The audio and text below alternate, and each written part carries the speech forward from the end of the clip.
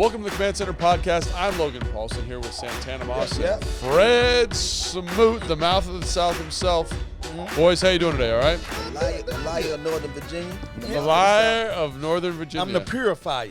I purify things. And you know what? It got to be like when I'm watching Star Wars, it's the dark side, it's the light side, but it's somewhere in the middle that makes it good. The Jedi ain't too good, and the dark side ain't too bad. Just right there in the middle. I don't know what he's talking about right now. Yeah. You're not a good Star Wars person. I do like Star Wars. Yeah, you probably couldn't name one character. Chewbacca, Han Solo, Leia. All right. Get out of here. All right, so we got kind of an interesting matchup. Speaking of the dark side, we got the Philadelphia Eagles division rival coming up this week. Side. Round 2 at home at FedEx Field, right? Lord. Kind of exciting. I always enjoyed playing Philly, probably more than anybody else in the division, because it gets a little bit nasty. I get more excited for the Cowboys. I would say I'm more of a I know Cowboy you guy guys myself. both would be Cowboys because you guys are so like mainstream. I'm more of a hipster. I'm doing something different. Yeah.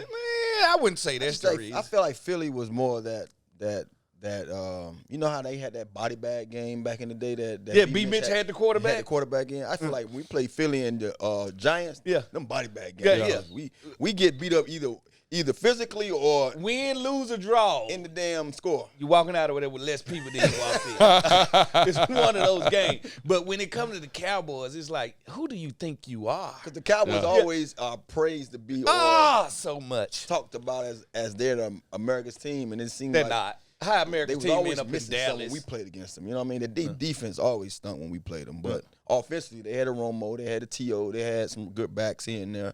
I remember they had Terry Glenn one year, big guy who I looked up to. I love growing Terry up. Glenn. Love I had to Terry go Glenn. against Receiver? Yeah. I had to go against Terry Glenn, Joey Galloway. They always Had kept. Galloway one year, You too. got Witten was there for like 1,000 years catching Yeah. passes. Do you remember Joey Galloway when he was here? You were Yeah. here, right? Don't play with him. I got a funny Joey Galloway story. I got many of them. Hey, see, y'all caught Joey at the end too now. Well, first off, he was still he was wicked still fast. 4'2". Yeah, Oh, he no. was still insane. Who are you telling? I had to check in my rookie year. Yeah, And when he walked on the field, because he built like a running back. yeah. And he was really built at this time. And I was like, this dude is actually aerodynamically, he built like just this fighter. Yeah. And he came off the ball the first play that I checked him, and I was playing off about 7 yards. He ate my cushion up so fast. Yeah. I said, you know what? I'm pressing him. I have no time to do this. Yeah. So I remember he didn't lift when he was here. He was like it was like year 16. But he was built like, He was big, but he didn't lift. Yeah. And so one day the assistant strength coach was like, "Hey, Joey, you got to lift." And Joey's like, "I don't want to lift." And he's like, "We got hang cleans today." And Joey was like, "How about if I do hang clean? If I hang clean 315?" And Joey's probably 180 pounds at this point. 90, Not a big guy, right?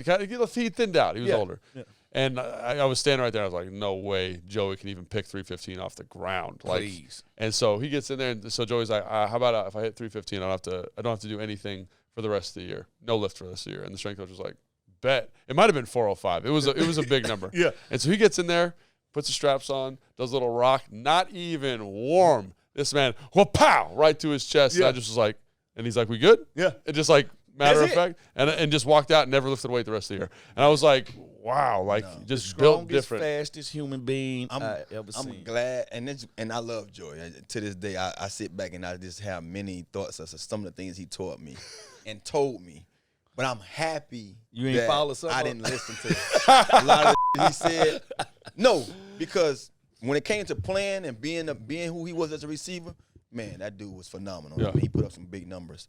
But at that point in his career, and I had just came off my knee injury, my third knee surgery, and Joy was telling me, I don't see you level. I don't see you putting the same amount of, pressure on both sides. I need you to be level. I need you to be, you don't want to overcompensate on one side. So I listened to that. But the one thing he told me in practice that I'm glad I didn't listen to, he was like, "Tanner, you're running too fast. This is practice. Yeah. You got to save yourself for Sunday." Is that Ohio State thing? And bro- Bluefoot was the same Really? way. And bro, I used to be like, "Bro, this is how I go. This is the only speed I know, Joy." And Joy fast. He still was faster than me at that time. Yeah. He was like, "Yeah." And trust me, in the game, he turned them gears on and you be like, "Damn, this dude don't even run in practice." But I think Mike Shanahan got fed up with it, and that's how he got him up out of here. Yeah. He wouldn't run in practice. Yeah, he couldn't paint the picture. Bro, we would be running our plays, and Joey would be just getting to the spot, and the ball already distributed, and coach was like, man, you're not getting there fast enough. And Joey like, this is all I got. Like, you either going to make me practice or not. Like, I really don't want to be out here, but since I'm out here, this is the fastest I can go right now. Not a big practice player. That generation of Ohio State all had the same mind. He's different. Really? Like, because Bluefoot would be like, practice all week long. We'll show up to the game, and they'll, like, move us to 1 o'clock or so. We probably was flexed before prime. He ain't never going to miss that. Yeah. I'd be like, we'll go up and warm up. He'd be like, not playing today. I'd be like, what do you mean? Game not on prime time. Y'all can handle it without me. Wow. You know, these wide receivers don't look like they're going to give you no problems. What an animal. Oh, yeah. Go and say what you really want to say. Bluefoot was different. Joy wasn't like that, but Bluefoot was different. No, Bluefoot, but that's how you play 13, 14 years. Just play when you they wanna did play? something right, because both of them played well into, long time. past their prime. All right, well, we could tell stories all day, but we got to talk about these Eagles real quick. All right. So Hated them. Yeah, so I like playing the Eagles. You guys like playing the Cowboys. What are your high-level thoughts on the Eagles? I'll start you out with a question, Fred and Tana, okay? Okay. Have they hit their stride offensively yet, and what happens when they do? I jump out there.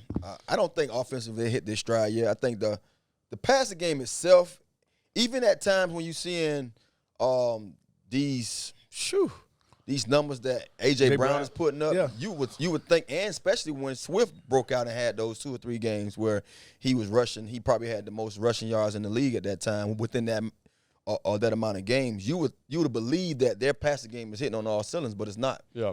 At times it's I guess you can say it's stagnant. Yeah. You know, I mean, you see a play they make, then you see a play or two where it's just like, man, it's not fluent. Yeah. Not fluent enough. The and offense looks I'm kinda not stilted. sure if it's – people want to throw this all on the quarterback, and it's not even his fault. It's just this happens when you get a new offensive system in, a new coaching, and you're running different plays. You know what I'm saying? But the one thing I will say, with all that being said, still can't stop what they're doing. I mean, offensively, these guys – like I watched that Miami game, and – I think that was by far Jalen Hurts' best game of the year.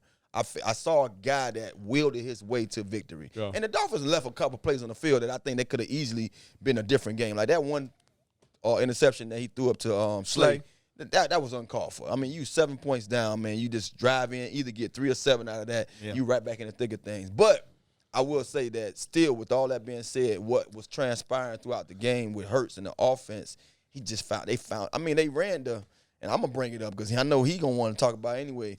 The brotherly push or whatever. Brotherly shove. They ran that from their own 22 at one point. Yeah. You know what I mean? So it really is a cheat code. Yeah, I call it the pamper push. Because they pushing Pampers. All right? And that's what they doing. At the end of the day, this offense scares me more because it ain't found. They haven't got on anything. Then they study winning. Yeah. That's scary to me. They're showing you is a sum of our pieces. We don't even have to be on the same level right now, and we will move the ball against you. Yeah. They showed me in the Miami game. It was blunt force, physicality meets finesse, athletic speed, and physicality wins that game every time. Right. But they also showed you when we do get finesse and throw the ball down the field, the people we got catch it and become blunt force instruments. Yeah. Like A.J. Brown is finessing until he get the ball in his hand. Yeah. Like, so that makes them even more scarier to me that they haven't hit their stride and they're still winning ball games. I think it says everything. Yeah, I think for me it's just like they are good enough to not have to be in stride. Like you mentioned it, Tana, like a lot of their drop back stuff doesn't look quite in rhythm. Guys not showing up in the right spots. Their offensive line's good enough to hold the protection. Hurts can buy a little time. He's got a strong enough arm. He can push the ball down the field. It's not in rhythm. It's not on time. It's not always clean. They're just better. Like, I know that sounds crazy, but like because of their offensive line, like they can do a lot of stuff in the passing game that you're like, man, that's ill-advised, but they can push the ball down the field. Like there's times like Jalen Hurts reminds me, this is going to sound crazy, he reminds me a lot of Sam Howell. He holds the ball so very similar. long. Yes. He's got to see throws. His anticipation, I would say, has regressed a little bit from last year, to your point, Tana, like how it's not quite lined up.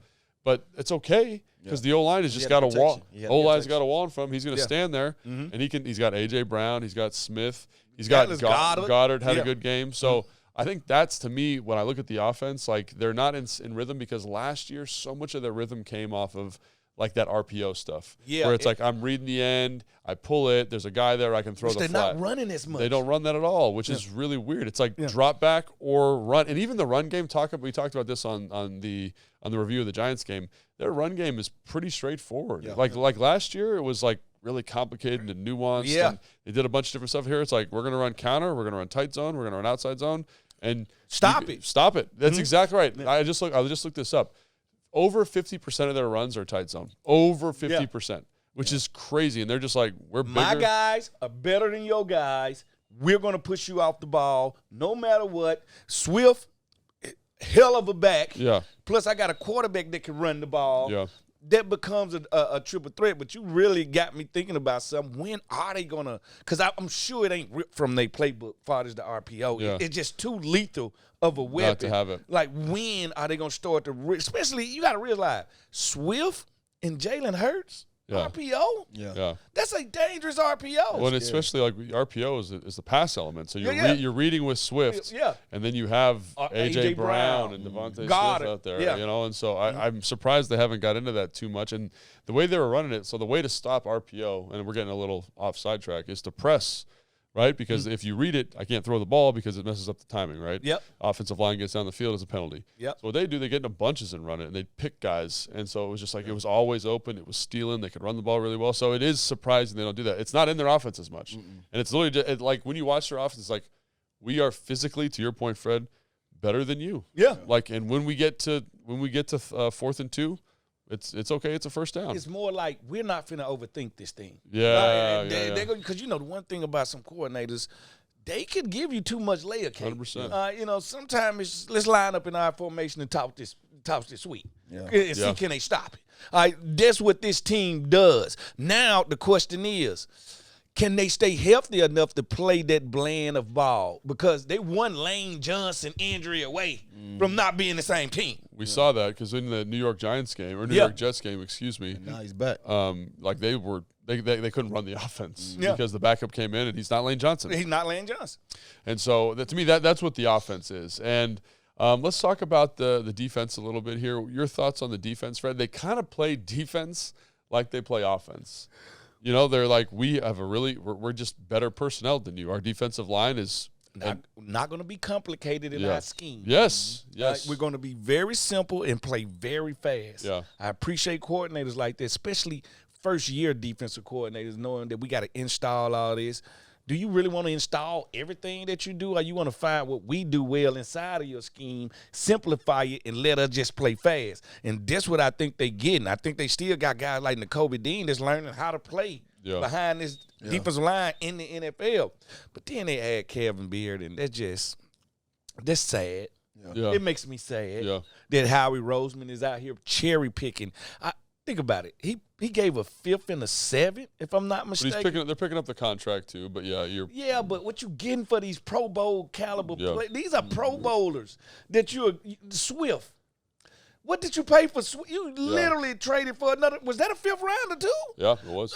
Come on, man. These are star pieces that you're getting for like pennies on a dollar.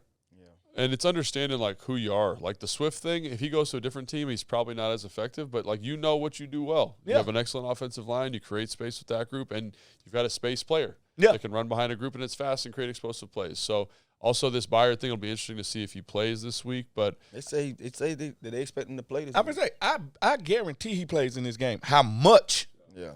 I'm just of the component.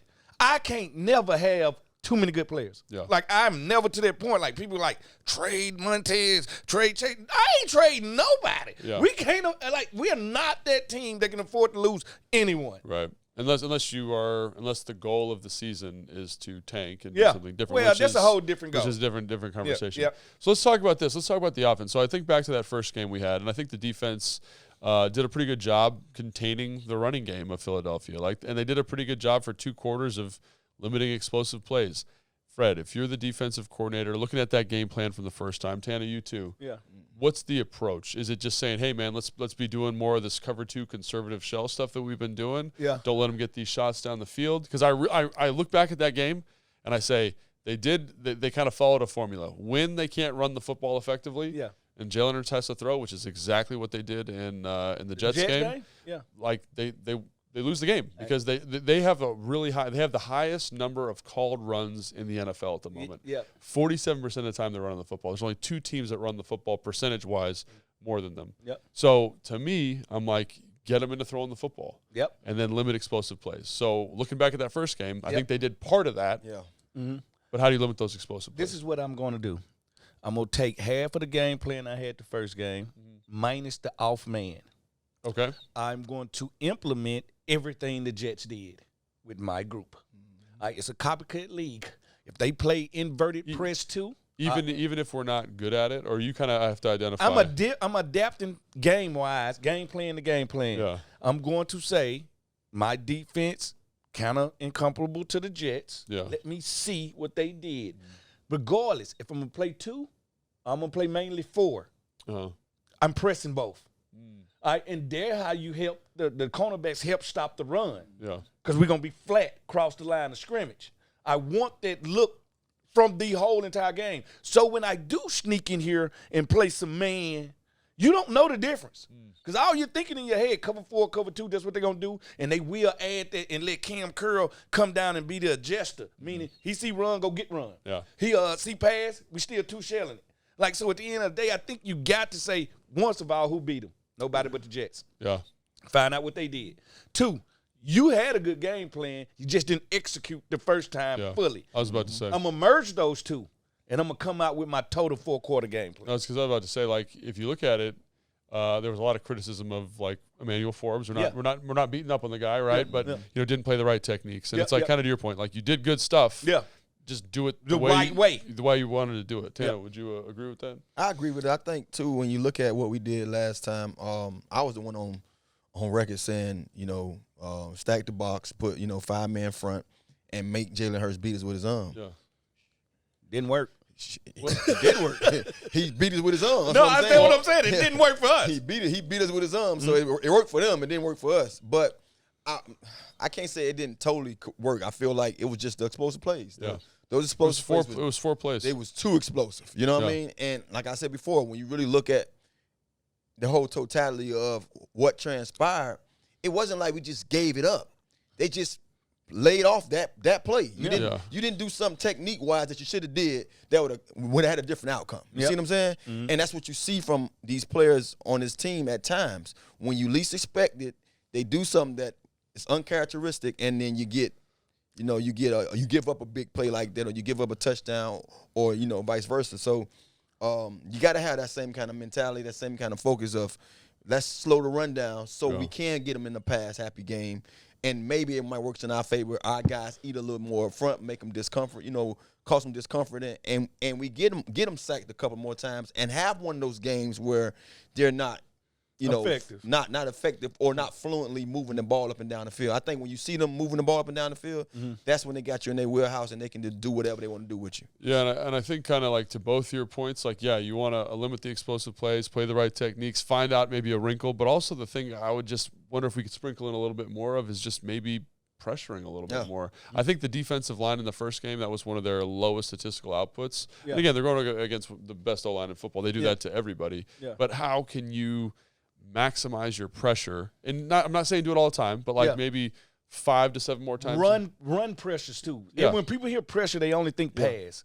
Run pressure up the A and B gap, destroy the runs in the backfield. And the big question is, are you going to look at this as a physical matchup? Because the only thing I was really mad about the first Philly game was we took our smallest corner and put it on their biggest receiver. Sure. How about we put Slim Reaper versus Slim Reaper over there at 170 pounds apiece? And then they can run with the wind. I like St. Juiced on it. And I can say, and we take our 6'3" corner, St. Juice, physical, might not get your ball back, but he going to fight with A.J. Brown all night long. So sometimes look at it, the chess pieces for what they are, not what you want them to be. Yeah, I agree. And bring a little bit of pressure because Jalen Hurts does hold the ball a long time. Yes, he does. And so sometimes he's able to push the ball down the field because he's holding the ball a long time. So can you offset some of that? And I think the Jets brought a little bit more pressure than we would or the Commanders would traditionally. So peeling from them a little bit. With two of their corners down. No, 2 starting corners down. They came in. They had 2 starting corners down and still went out there. But the Williams brother, Quinn and his brother Williams at linebacker, they literally caused problems from them. And here go the thing about it. If you can get your front going forward to get on the other side of the line of scrimmage, you got a chance. But your linebackers got to do this. They got to be ready to go sideline to sideline. Yeah, and I was going to say, like, their right guard is hurt at the moment. It's a backup guy. It's Somoli? Yeah, no, it's Sputu or something like that. Number 78, he's a backup. He's the lowest graded guy in the offensive line. Everybody else is in the 75s, really well graded. He's like in the 50s. So I'm thinking Deron Payne on him. Let's make some money, right? Yeah. Let's make some money this week. Let's create some pressure. Let's do some things. Okay. So offensively, really interesting kind of thought here, and I wanted to run it by you guys. When you look at the PFF grades, and PFF grades aren't everything, the second lowest grade for that defense, can you guess what game it was? It was us. It was us. Wow. It was us. Can we duplicate that performance? We had 59% conversion percentage on third down. We played really, really well, super efficient. Outside of that third quarter, can we duplicate that performance? Because like you said, if you can protect, there's a lot of space in the back end. It's a lot of green grass. And it's pretty simple. Can we do it again is the question. I think we can because they are adding a Pro Bowler, but he has been there for 3 days, 2 days. Yeah. You know, so throwing him in here, yes, football, but it ain't Eagles football he used to playing. So maybe – see him in the game, attack him in the game. Right. Because, he won't be your weak link later when you play him. But if you ever going to get him now. That's called situational football. I find him, and I'm only attacking him because he ain't been here. Yeah. All right, second of all, what did we do well? We kept Sam upright. Maybe not the whole game, but we kept him upright. And I must say this. You're going to beat the Philadelphia Eagles, it's going to be through B-Rob. Not Sam. You think so? We ran the ball. That's the highest running percentage we've had in that game. Think you fight physical with physical. Do we see more Chris Rodriguez would be the other thought. Like, them 2 guys. Yeah, go get it. All right, like, let's wear them down. Yep. Let's be the defense. Let's offensively be defensively. All right, and if you're going to do that, it's going to be by wearing Slay down and Bradbury down before I throw at them. The way to get us to really loosen up, run us over a couple of times, toss sweeping it. Yeah. And then throw a hitch right out there and make us tackle somebody. Now you got a chance to break a play open. Yeah. I mean, offensively, I just think, one of the things that I saw that particular game is that was the best we looked all year. Yeah. I mean, that was the first time we drove down the field and scored a touchdown on our first drive.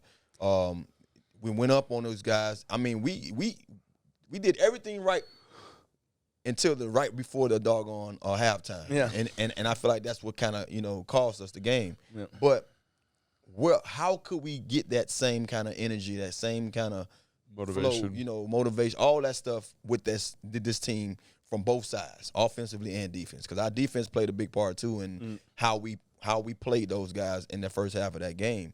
And I just want to see those guys come out with that same kind of energy. I think that's what we've been lacking all year, the consistency of seeing that same kind of output week after week. You can't come out one week and have this kind of,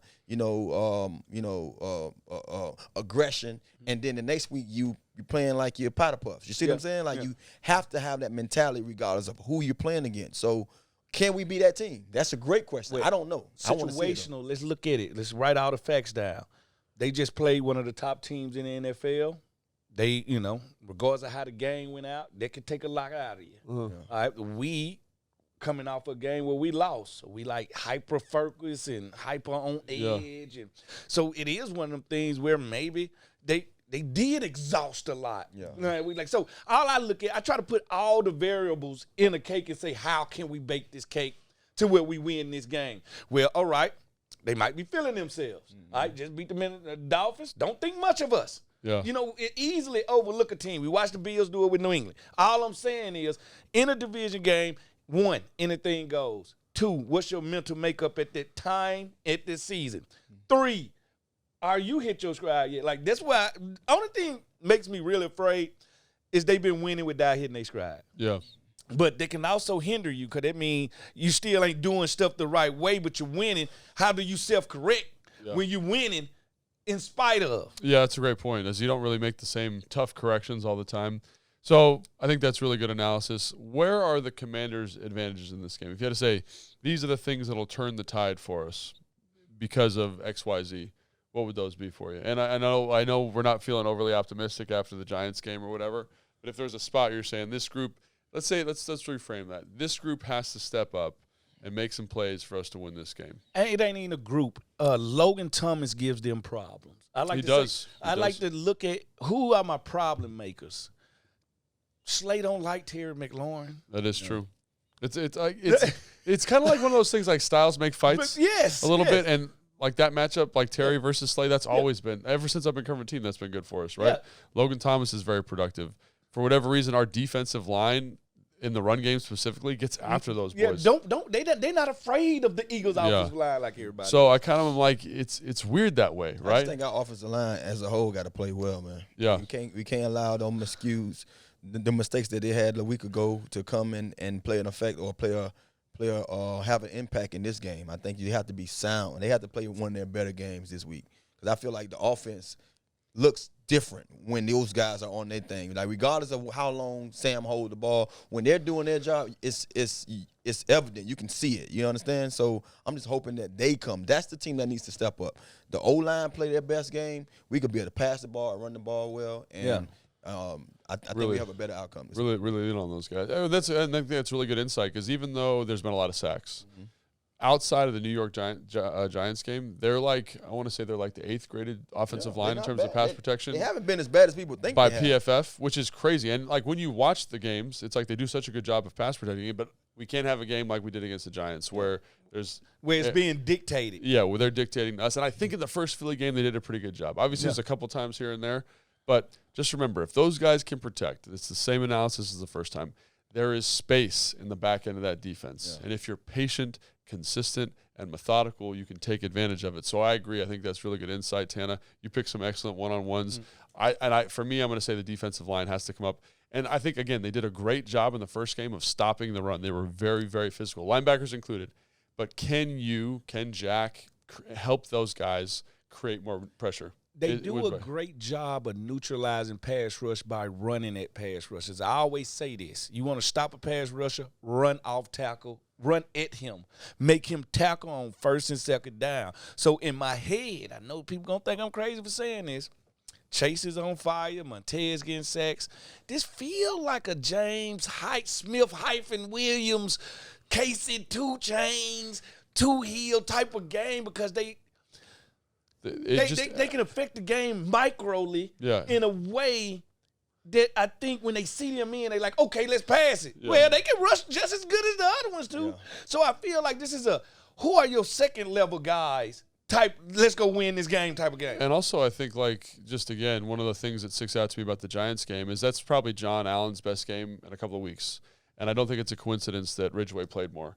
I think if you can get those backup guys in, keep everybody nice and fresh, you're going to have a more productive product on the field. The second group, the rotation, I think, is special in this game because they're going to be rotating. They rotate 8 to 7 guys up front, too.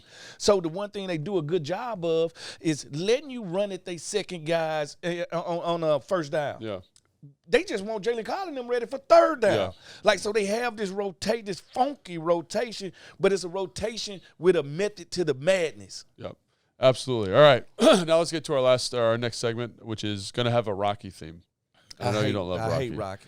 And there's that great quote from Rocky. It's Apollo Creed. Not about how hard you get hit, but how hard you get hit and keep moving forward, right? That's the Rocky thing. Is that he said? Is his trainer saying that? Yeah, I'm finna say it didn't come out like Adrian. It was more like that. But that was his trainer did. Yeah, he say sounds that. like he's like punch drunk in that movie a little bit. Listen, there ain't but one Rocco. He do not deserve a statue. Hell of an actor. Yeah, love Stallone. And you met him in your home ec class. Yeah, hell of an actor. It wasn't home ec. It was a college class though. It was. Isn't home ec a college class? Yeah, home ec is more high school. Yeah, we didn't do home ec in California, I'll tell you that. Well, it's California. Y'all don't cook food. We don't. Yeah, y'all eat leaves and that's it. All right, so this is boxing theme. All right, so this is kind of an interesting. So let's start with like dodge and weave, right? Yep. Boxing theme. Who's going to do that? Make them frustrated. Make them frustrated. Them offensively, defensively, And I guess I'll start it off. And for me, it's the coordinators here, right? It's the coordinators in this position, right?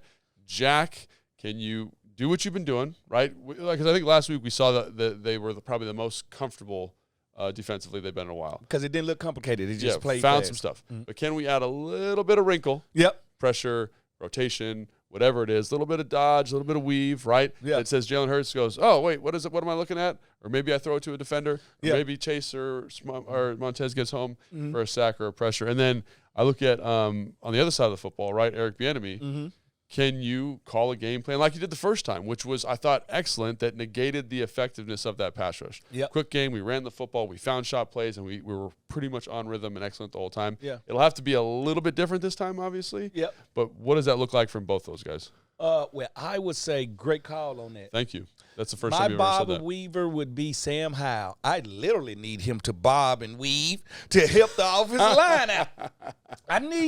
If I ever needed your feet for a game, Sam, I need your feet for this game. In the last game, it was a huge part of the game, right? I need your feet, and I need you to anticipate this. I don't need you to react to it. I need you to be proactive. I need you to understand that if we're going to win this game, I need to get at least 3.5 first downs with my feet. That don't mean run for 30 yards, 50 yards. That means when the play breaks down, can you get us cheap first downs?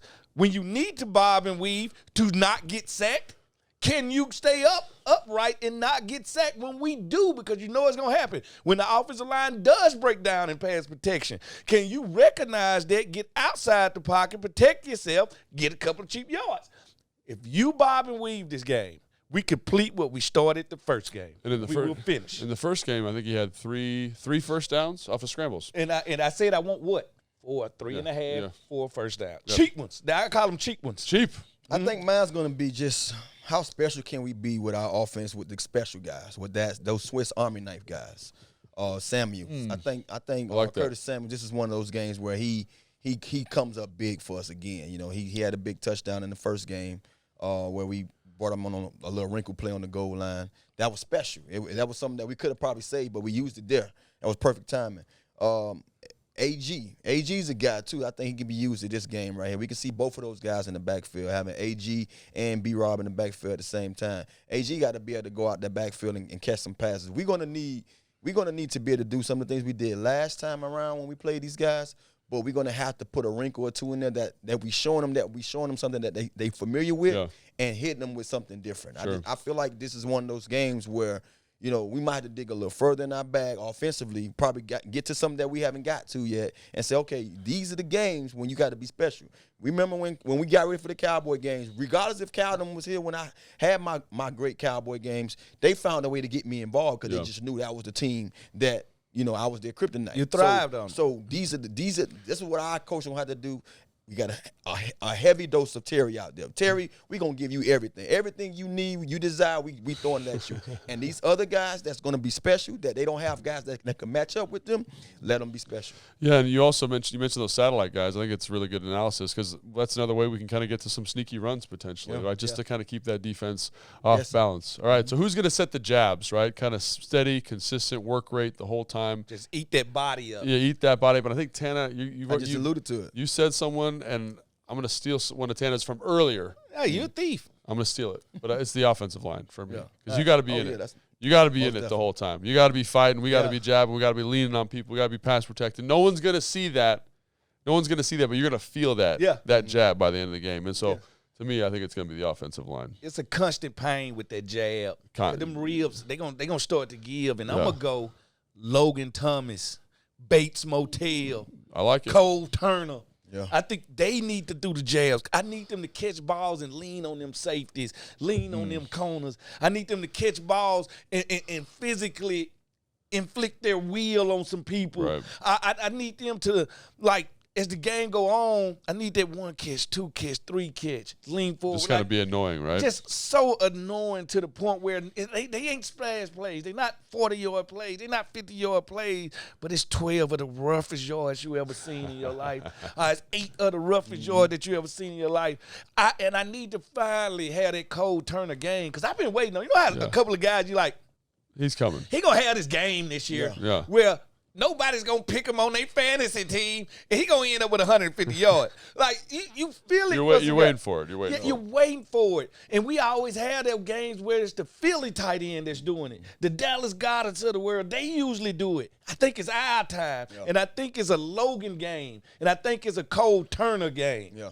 Yep. I want our jabs to come from my guys on special teams. I think those hitting yardage that we so desperately need, when we're not moving the ball offensively, I need Tressway to punt them so far deep back to where they can't get out of it. You know what I mean? When they punting to us, I need Jamison Crowder to give us that 8-yarder, that 10-yarder. And he's been good. That spring one or two to give us great field position so we can have a better chance to either get a field goal or get a touchdown. I think those are, to me, this year, out of all the years I've watched this team, I haven't never got up to be excited about what we was going to do punt return wise or just punting the ball, getting ourselves out of harm's way and backing those guys up because we do have a great defense. We have a defense that can – they're capable. You give them a chance to really, go out there and say, okay, we bringing them now. We're gonna play some on the back end because I do believe too when it's come to what we have on the outside, we talk a lot about A.J. Brown. Man, I don't want to see that number 6 get off. Yeah. I don't want to see Devontae Smith have his day. So kind of a slow year for him so far. Because A.J. Brown spoke up. Yeah. It wasn't a slow year before A.J. spoke up. That game that Devontae was getting off, A.J. like, hold on. You forgot. You know who the F on this team he gave him a Fred Smoot. You hear me? So, honestly, man, I just feel like special teams-wise, I want to see us, consistently jab those guys, put them in tough situations, get hitting yards in our punt return game, just something that's going to help us offensively and defensively. Yeah, all right. So I like all those. Those are great. How about hooks? Hooks I always think kind of like a power punch, but not a ton of that. You know what I'm saying? Like it's like not a knockout punch, but kind of somewhere in between. Not a body shot. It's a jaw shot. It's now, a jaw shot. They can turn your head and make you whip back around right there. I'm going to go Cam Curl in the safety group. I was going to say that. You took mine, but that's a great one. Yeah, I'm always right. Check this out. Cam, he due for that game. Like he's had that subtle, I'm here, 10 tackles, 9 tackles, 11 tackles. Where those splash plays that I'm used for Cam Curl? I think that's what it is. Where the forced fumble recovery, take it to the house. Where's the pick 6 to the house? We've heard too much about the Philadelphia DBs making plays to end games. When are our guys going to stand up to make them games? And I'm not just looking to the corners because I hold Cameron Curl so high. I think he's that dude, and to get paid in this league, you got to do it against the teams that matter. Philadelphia is one of those teams that matter. Cam Curl, can you handle that one-on-one date with Dallas Goedert? Yeah. Can you handle Swift in the open field? Can you help that corner out when Devontae get a step on him, and we need you to dislodge and get between him and the ball and make sure he don't want to catch this ball no more? Yeah. Cam Curl, can you show us high in the safety pecking order you are? Jabs. Yeah. Jabs. Yeah. Mine's going to go with the linebacker crew, man. I like Hudson. For some reason, Hudson just does something to our linebacker core, man. There's a little bit more energy. When he's in the game, he's feisty. When he's in the game, I feel like he pick all those guys' game up. I saw him on a couple plays last week, and I'm like, man, Jamin Davis just looked different when he's next to him. And I know Jamin a couple of times was playing in the middle, and normally he'll be on the outside. Yeah. But I want to see a guy like that could come in and spark that interior, that middle layer on our defense. I think, he makes big plays. He's a guy that gets after the ball. And I think he might match up well when it comes to some of the things they like to do with their running backs. You know what I mean? I think he's a guy that he's fire. I mean, for his size alone, you look at him, you like a little safety. You like a guy he that did you play can safety in college. Play rover with, but he's sticking up in there, man, and making some tackles up in the thick of things. So I'm going to say our linebacker core. I think that he brings a little different energy to them guys, and they've been playing okay this year. I can't say they've been, bad or overly good, but they've been playing good enough to that he brings a different spark that can lift that whole core up. Yeah, I like that a lot. He's had a really nice, he's not been playing a ton, but when he's been on the field, he does have some splash plays. I think there's times in coverage where he's got to get a feel, but, those splash plays are going to be a big deal. I just like to see him hit. I mean, he ain't scared of nothing. He's putting that face man right. He out there to lay that Rydell down. Yeah. Right? Yeah, and so for me, I think the hooks, I want the DBs, like the corners. You said the safeties. I want the corners. It doesn't need to be picks necessarily, but I want, when it's late in the down – and Jalen Hurts is trying to find A.J. Brown down the field. Can can we get a PBU? Yeah. Stand up. Can we be in tight coverage? Mm-hmm. Can we? Because that to me is a hook shot to that offense. Yeah. Breaking those up on 3rd and 8, being in good relationship, and it's going to be tough, man. That's a good receiving core. Yeah. That's a good old line. There's going to be a lot of time. You got to cover for a long time. Can you be that consistent guy and then make that play when it comes, right? We talked about St. Jude's how he had a really solid game against the Giants, but there was a couple of those shots. Yeah. Can you make a play on one more of those? Yeah. You know what I'm saying? Can you make that happen? And that's an excellent game from him, but like just that much more in those situations because that's what's going to take to win this game. The funny part is when you brought that up, it made me think about a certain player doesn't get as much prop as the other two guys, but since he been missing, it's a vertical part of the offense is missing. That's Quez Watkins. Yeah. Quez Watkins has been out, and he has been that wild card that people like, I don't need to check you till I need to check you. Yeah. And he's been missing, and I'm wondering because most of the time he plays inside slot. Yeah. And since he's been gone, Dallas Goedert game has decreased and slowed down. I think because he's not been there, it's allowed people to say, all right, let's address the Goddard thing. Yeah. And let's take out the outside guys and force somebody else to beat us. Yeah. So if I got to say watch for anybody's absent, I think Quez Watkins' absence is not to be just overlooked. Sure. I like that. All right, so let's do body shots. All right. And so for me, my mind goes to a couple of positions specifically, but you guys want to start it off? Danny, you want to start it off? Body shots. I want to see a heavy dose of B-Rob. I knew it. Everyone thinks of running backs with body shots, right? At least I do. I thought about it. I say B-Rob and Terry, but I mentioned Terry's name, but I say B-Rob and Terry. I think Terry is the body shot that they just can't get over. You know what I mean? He's a constant, left rib, right hip, or left rib, right rib hit. Yeah. You know what I mean? He's one of those shots, man. Like, you got to think about it. Like, I'm sure, and it's to the point where it's almost like evident that Slay got in his head, he all right with me. I'm friends with him. Honestly, like, you see some of those DBs sometimes, they like, man, they just a bad matchup with you. Like, they don't even care to even be tough with you. Like, man, what's up, boy? I'm coming here dabbing him off. The matchup doesn't feel because he know deep in the back of his head, that's one guy I can't fade. Yeah. And so when with that being said, I'm looking out there like, you want something? What you want? What you feel like you need right now? What we can do with them. Because you don't need to give Terry, like I said, Terry one of those guys, you don't need to send him deep, which he can do that. But he's one of those guys, he'll take a 5-10 yarder, man, take it to the house. So I want to see, and when I say B-Rob, I'm not saying just put the ball in his belly and let him run the ball. Find a way for him to be special. Screens, getting him out the backfield, a run or two here and there. But those two guys, I think they the body shots that I don't think no team want. Yeah. Body shot, St. Nicholas Gates. This is where I'm going on this one. And your body blows are two of the biggest dudes on the field, Mr. Jordan Davis and Jalen Carter. Fletcher Cox, too? Yeah, and Fletcher Cox. Like, at the end of the day, Nicholas Gates. You got to be working, yep. You go from the first quarter to the last snap, you going to put in some work. And I'm going to know by the way your jersey look, the scars on your helmet, and the way your face mask look, how did they treated you? Yeah. I will understand that, but you're going to have to go body blow for body blow with these guys. And he strikes me as the guy that's going to do that. Struggled a little bit against Dexter Lawrence. He strikes me as like a guy who doesn't. They knew his secrets. Yeah, doesn't take that lightly.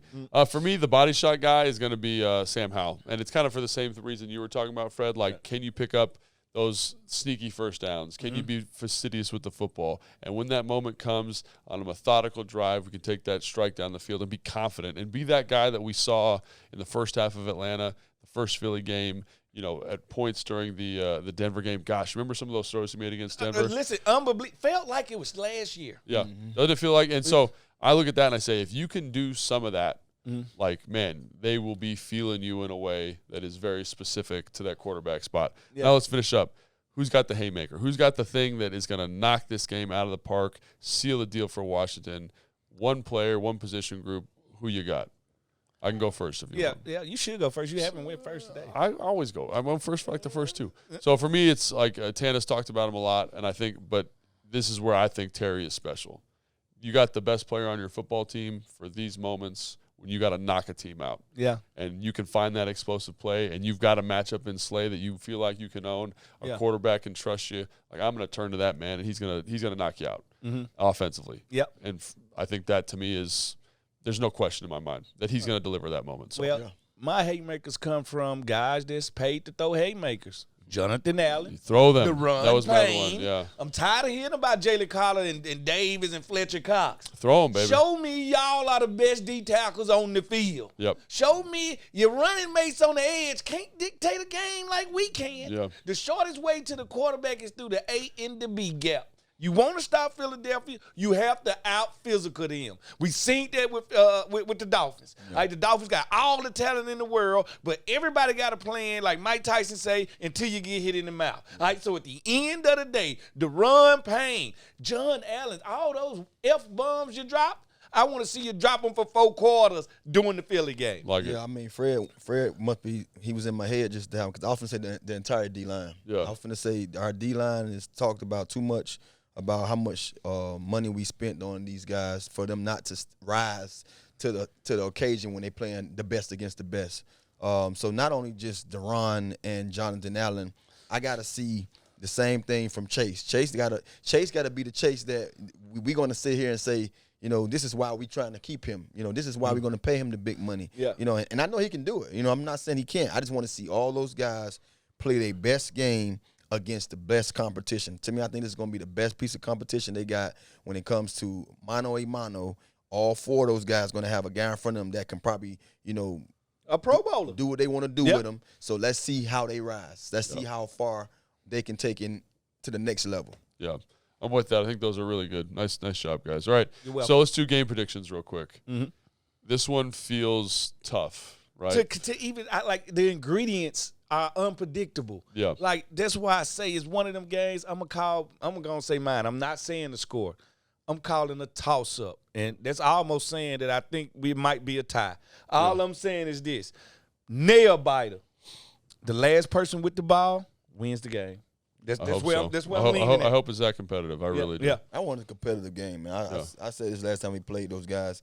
If you give me a competitive game, I care less who win the end. Yeah. That's probably what we was, sipping on. Too much of that Kool-Aid, because we end up having that kind of game, and we went out of there with a moral victory and felt good about ourselves, and then got thrashed the next week. So I'm sticking with that. I need to see these guys play competitively, to whereas at the end of the game, we at home this time. May we be the better team. Yeah. You know what I'm saying? I think a lot of people are going to pick Philly in this game. Yeah. And, Yeah. I think they're a good football team. For me, though, after the loss to the Bears, after the loss to the Giants, I want to see a clean slate on offense. I want to see guys it's not going to be perfect. It's not. But do your assignment, do your job, and defensively, can we eliminate the explosive plays? And win, lose, or draw, like, if you trust that process, you get in there, like, that's going to be a win for me, right? Offensively, let's eliminate the mental mistakes. Let's be efficient. Let's get back to who we are, who we think we are. And defensively, let's eliminate those big plays. I think we'll be okay. I don't want to predict that game. I know a lot of people are going to lean Philly, but I'm going to say the fans probably hate our prediction. Yeah, right that's there. all right. They were so vanilla and just not there right there. But that's just how I feel. Like, Yeah. I feel No. it's a hard pick 'em. yeah. It's a hard pick 'em. Well, I stopped giving wins and losses since Chicago. Yeah. I feel like that doesn't serve a purpose for me to keep saying they're going to win. And half the time, when I did give the loss, I wasn't being truthful about that either, because I want them to win. Yeah. So I just feel like I say, if you That's a play great point. competitively, then the best team shall win. You know what I'm saying? No, I'm with that. All right, now let's do Halloween traditions. Halloween traditions. Yep. Now, this is something we haven't talked a lot about. Like, I know, Tan, you got the 4th of July thing. Yeah. Fred, you do whatever you do. I do Halloween. Yeah. Like, Do you? I love Halloween. So so we got a couple questions. We're going to do 2 questions. All right. Do you have a memory of when you were in Halloween, of when you were really scared? You could be young, you could be old. One when you're like, All right. It was raining one Halloween. You're making this up. I can No, already I'm tell. dead. He's making it up. He's I'm making dead. it up. Yeah, just like when he's like, Hey, why y'all ask me a question then? Like, call me. I got like 2 words out. It was I was raining. just getting ready for the lie. I know. It was I'm trying to perfect say. topic I'm for trying him to to tell save. some lies. Yeah, I'm trying to save It people our was time. raining. Me and my cousin them, and I'm sure y'all done played with a Ouija board before. Oh From Milton Bradley. All right? no, I've never done that. You You're a Ouija board guy? yeah. No. Yeah, me we neither. play. Most kids play with the Ouija board, and of course, when you play with the Ouija board, everyone's it pull- moves itself. No, it's not. It's Are you? You're out there like like, spelling oh, names? Is it? Are you? That mean they coming to get you? Like it's so like obnoxious and stuff like this. So of course we did it, lit a candle and did the Ouija board. And the Ouija board starts to spell out stuff. Of course, now they writing it all down. Yeah. You are not. And I'm like, well, what's the last word? They're like, ain't no last word. So then we literally go outside afterwards. We go out, we get candy and stuff. And like I told you, it was raining. Now, after we get the candy stuff, we come back home, we start playing with the Ouija board again. And now the Ouija board was saying that one of us wasn't going to make it. Was it going to make it? Wasn't going to make it. And how old so it were you? made it scary. 12, 13. So you knew, everyone was all freaked First of all, out about it. I was second guessing it because I felt like my cousin was moving. Yeah. The what's the name? Well, they are moving. Because I try to be light-handed to the point where I'm not doing anything because I don't believe like that. Yeah. So, it was doing that. But then we all went to sleep, woke up, my cousin throwing up, sick. Oh, no. So we blamed it on the Ouija board. And I felt like the Ouija board had tried to take my cousin out. So that's all I'm saying because he wasn't a big candy eater. Oh, I see. So he made himself sick. So I think he made himself sick mentally. I got you. Tim, you got something? I mean, I don't really have nothing that's scary as in I was scared of Halloween, but I remember one Halloween, I was a kid. I was in elementary school. I was down in Liberty City in Miami coming from school, and I was with my cousins. They much older. They weren't going to my school at the time, but they knew it was Halloween, so they was like, we ain't going home. We finna go to the bread factory. And the bread factory, they make all this bread, and it's a factory like in the middle of the hood. Like if you can't jump the gate, it's always closed because all they're doing is making bread in there. But if you ever court them, they'll give you a couple of Debbie pies. They'll give you whatever they're making in that factory. They'll throw a couple to you because they always throwing some of that stuff away. Yeah.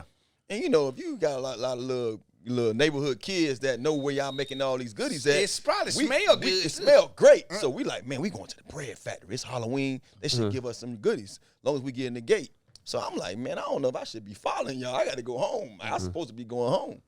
Man, I left straight from school. Ain't tell nobody nothing. Ain't been home. My mom always know I'm usually coming home. And that particular night, too, my dad's sister was throwing a Halloween party like she do every Halloween. And it was across the town. So I'm like, man, it's 20 and 30 minutes away from where I'm at. I need to get home and be ready to get ready for this party. But I'm out with my cousin and a couple of neighborhood friends from school to pitch black. We still out. Oh, really? Picking up stuff. They probably stealing bags. So as I'm sitting there looking at I ain't had no time, but I know it's too late. It's too late. I'm like, boy, they looking for me. I'm finna get my, whoop. And we go to walking back towards our house, and I see my daddy car. Boy, hey, all I remember, I'm probably like third or fourth. I probably was in fourth grade. I think I was in fourth grade. All I remember, my mom, get your in this car. And I got in that car, and you know how you get one of them little back. I ain't never gonna see my friends. They was two more. I think they was more happy with seeing me at that point. Yeah. They cared less about probably chastising enforcing you. But I remember thinking about that whooping the whole time. I couldn't even have fun at the party. I was at the party like, man, I get home. Crying. They probably gonna tear me up. I ain't taking no shower tonight. Luckily, I didn't get a whooping. Yeah. But I remember saying to myself, just the fear of knowing what could happen, I wasn't gonna do that no more. Jeez, the bread factory. Did y'all steal each other candy bag in California? Because I know y'all nice. Like when you go trick or treating, like in the ghetto, like people will run past you and steal your bag and keep running. Like y'all ain't had that? I'm sure that happened. Yeah, like we had bag thefts. And I was fast, so I used to just steal bags and then end up getting all that candy and doing nothing with it. Because the candy feel like collateral. Yeah. Like now I'm bargaining with this candy. You want this Heath bar? Because I sure don't want that. Peppermint patty. So you had so much candy at the end of it? Oh, yes, I stole 3 bags. I wasn't always the preacher's son. Oh, yeah, I don't really have any good story. That's a good story, Tana. Yeah. Yours was good, too. Yeah, I'm not. Mine was I was never have good stories. No, I was like probably 7, like a little kid, right? We're going to the house. Like 6'3"? Yeah, I was a big kid. I know, I was dressed as the Flash, had the old Flash like lightning bolts up my head. I was running with the screen. Yeah, and I was running to the houses. I was like, Mom, look how fast I am and all this stuff. And so we get to this house, all the lights are off. And my mom's like, I don't think it goes here. I'm like, no, I'm going to go knock on the door. So I run up and I knock on the door all crazy. And like, it's like quiet. There's no lights on. And my mom's like, come on, let's go. Da, da. And then this guy opens the door. Like, and it's all, like one of those, and I look up at him, and it's me and my little brother. Like Uncle Fest. And he's got like contacts in, but it's like dark. So his eyes are like glowing. Yeah. He's got like glowing fangs in, and he's like got all this blood on his face. Oh. And I was just like, So I sprint back to my mom. I'm like in my mom's legs, and the guy's like, "Oh, I'm so sorry. I didn't mean to make fun of you." And I was like, "Mom, he's gonna eat me!" And I was freaking out. The guy had to take all his stuff off just to get you candy. just to get me like calmed down. So that's the only time on Halloween that I've been like scared. And you probably was bigger than him. Yeah, I was terrified though, bro. That sound like it, man. But you turned out to be a great. I turned out to be all right. I turned out to be all right. Okay, this I want to ask you because you're being on Halloween. What is the best Halloween costume you ever wore? The Joker. Yeah, he's been talking about the Joker all day. Well, do we have a picture of that? The best one ever is probably like 3 years ago when I dressed up as Jon Snow. I finally got it right because I had tried 3 years before, but I was going From Game of Thrones. Yeah, so I was going into the costume stores looking for. No, you're a lie now. I always do Game of Thrones. You know it. Yeah, I know you do. And I tried to get it at the costume store. No, it didn't work for me. But then I ordered it all from the internet. The fake, the wolf, the fake wolf fur, the belt scraps, and I got it right. All right, so the Fred Snow I felt good about, but the Joker can't beat it because then they don't know it's me. Oh, because you painted. Because I'm painted, my face painted. I got green hair on. Did you put like prosthetics on? Oh no prosthetics. Just paint. Like you can go like all the women that do makeup like during the year. For you. On Halloween, they doing only side effects for Halloween. You go tell them what you want or show them what you want. They paint you up. And see, this one, they had to paint to the chest. But you got to be going to like a nice party or something. Yeah, I always go to the party. You can't just do it. For fun. Yeah, I go to the best party. Like, D.C. could be the best Halloween party city in America. The DMV. I did not know that. Yeah.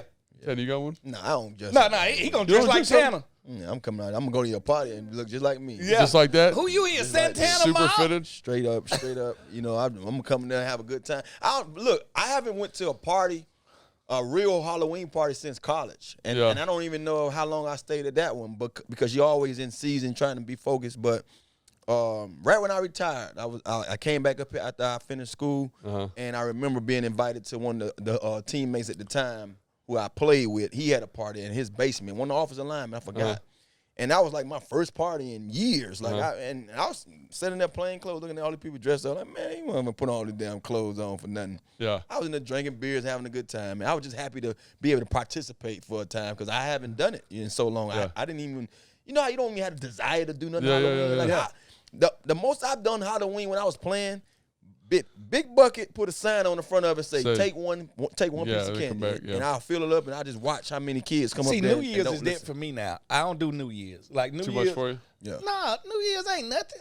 Like think about it. It's one day for a 10-second countdown. They're gonna charge you 5 times the amount to get in here. You ain't gonna have no room. There's gonna be a billion people in there. Like New Year's is overrated. I don't do nothing New Year's Eve. Yeah. Halloween.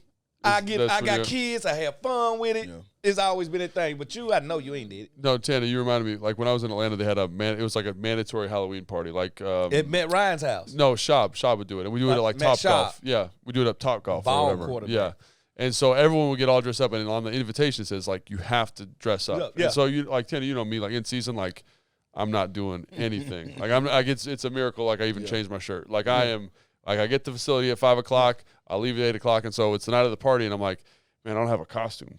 So I run over to Target or whatever, and I'm like looking through, and there's nothing left. I would say it should be nothing. And so I get to I was like, maybe they got something in the pajama section. So I go over to the pajama section. They got like a onesie for Spider-Man, and I'm a big guy. I'm like a double X, and they have a large. Yeah. So I'm like, well, I guess this is what I'm wearing.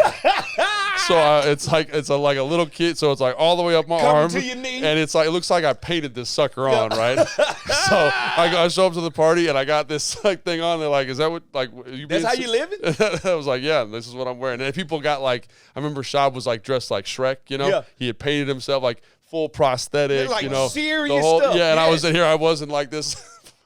Just looked like he put no effort into it. I had to keep shorts on because they were so tight. You know what I'm saying? Like it was, and it probably could see it through it. Like what's wrong with this dude? Yeah. So that's the last big Halloween party I went to. But I think that's gonna do it for us today. We got something. Oh, one question: if the 3 of you had to coordinate a costume, like you're going to a party and all 3 of you gotta be what would it themed? be? It's got to be themed, Yeah, right? And I said Dark Knight Rises. Huey, Dewey, and Louie. No, he want to make us Alvin, Simon, and Theodore. No, I say Bane. Pain for me from Dark Knight. All right. Santana as the Batman. Dude, that would and be me excellent. as the Joker. I'm Batman. Yeah. I'm Me Batman. as the Joker. I'm Batman. Yeah.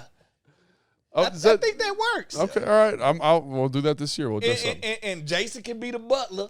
Bruce Wayne.